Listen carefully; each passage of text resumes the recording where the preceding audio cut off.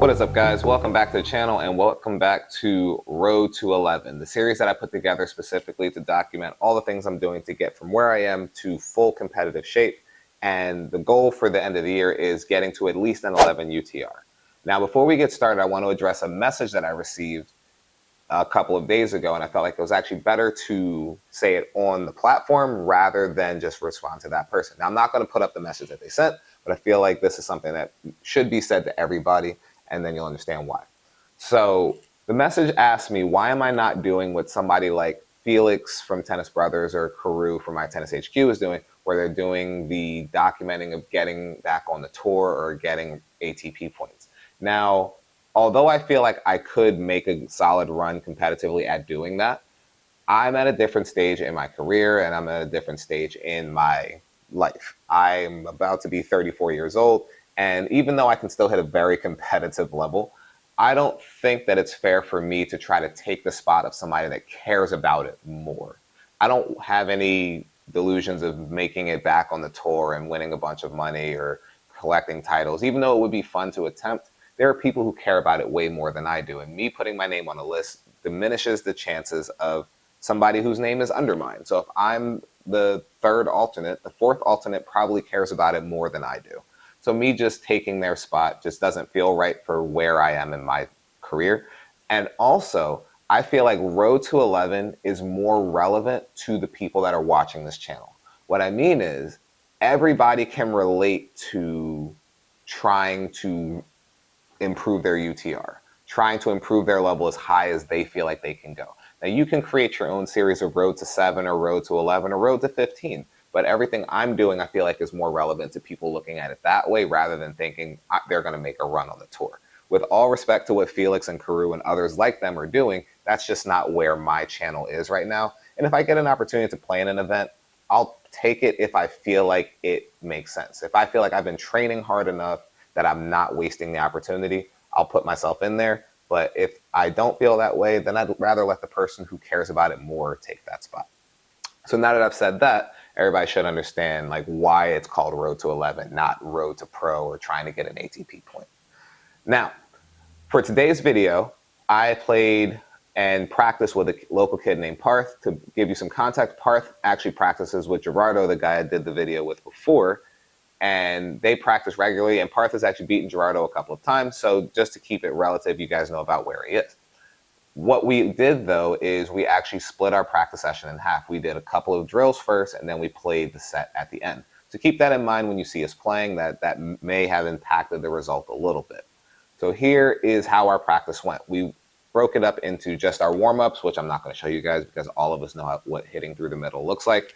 But then what we did was two exercises. We did a rhythm exercise where we just set out 4 cones and we can move the balls around as much as we wanted, but we had to aim for those 2 spots. And the goal was to maintain like a nice 70 to 75% pace and just get the feet moving, get the timing without going for overly aggressive targets, but also without withdrawing and getting too conservative. Because a lot of times when you're hitting in a warm-up, sometimes you go too low and it becomes a little difficult to shift from neutral to offense or neutral to even like better neutral. Then what we did was a drill that I call the ABC drill, which I do regularly. And that is the sound of a cat, by the way. And that was a drill where we script out the first 3 shots. So if I'm serving, I would tell Parth where I serve. He tells me where he's going to return, and then I tell him where my 3rd shot's going to go. And then we play out the point from there, just to build a rhythm of those first 3 shots being key. And then after we've executed the pattern a couple of times, then we could change it up. But it's just getting into the rhythm of going through those 3 shot sequences so that you know how everything's supposed to feel. Get your feet moving, get your eyes ready, and get yourself adjusting to the shots that you're choosing. So without talking any more about this stuff, here's the set that I played against Parth, and then we'll wrap up after.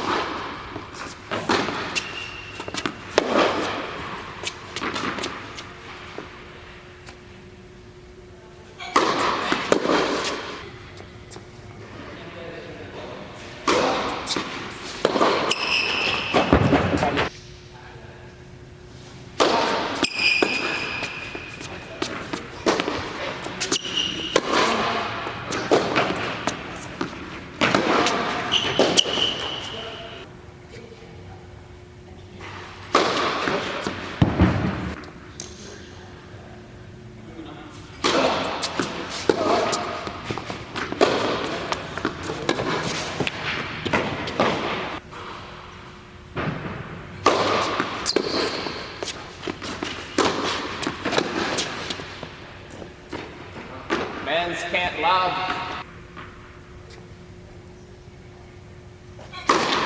Yeah.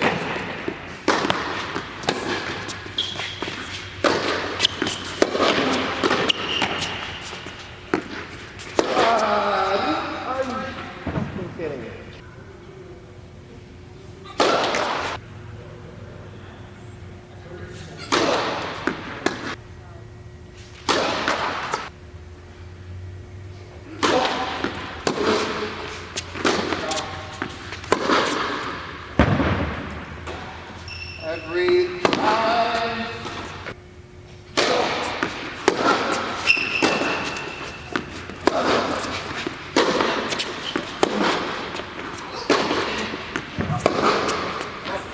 There we go.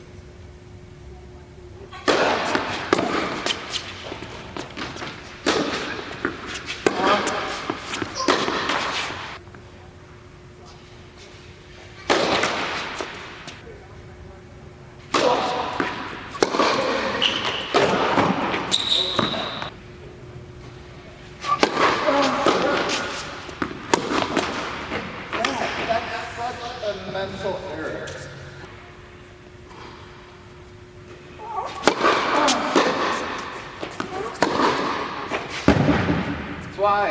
That's why I lose. I lose because of that.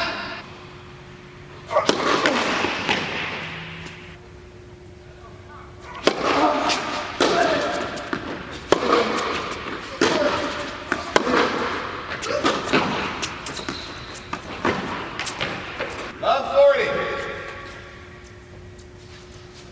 3 airs. Love 40.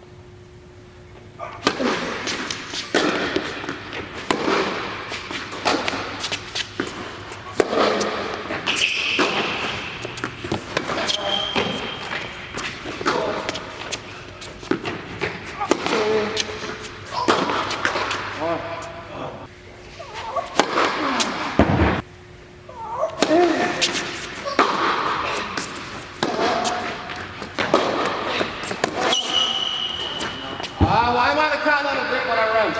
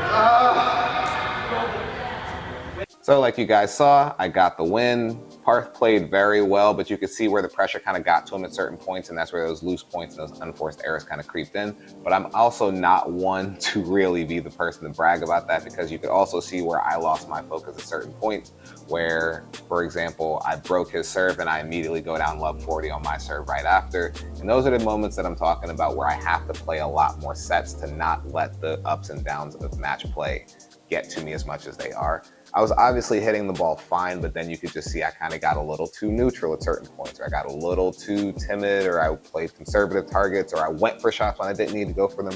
And those are the things that you have to start to kind of clear out of your head as you compete more and more. It's not about how well I was hitting the ball, because I was hitting the ball okay, but it was just bad decision making at certain times. And it happens to all of us. Even at my level, it can happen where you're playing against somebody that on paper is a lower level player, but you give up points and you make games closer. In all reality, that set probably should have been like 6-1 when you look at how many chances I had to break serve, and also if I had just held after breaking serve.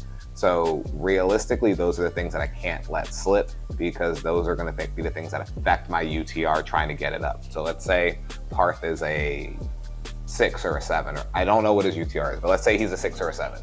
I should win that set 6-0 or 6-1, but because of those lapses, it's now 6-3. That makes it more difficult to move your UTR up. So being able to maintain focus through those match plays is going to be something that's going to go really well for me if I do it right, but it could also drastically hamper my ability to move forward if I do it wrong. But that's going to wrap up today's Road to 11. Hope you guys enjoyed it, and I'll see you guys in our next one.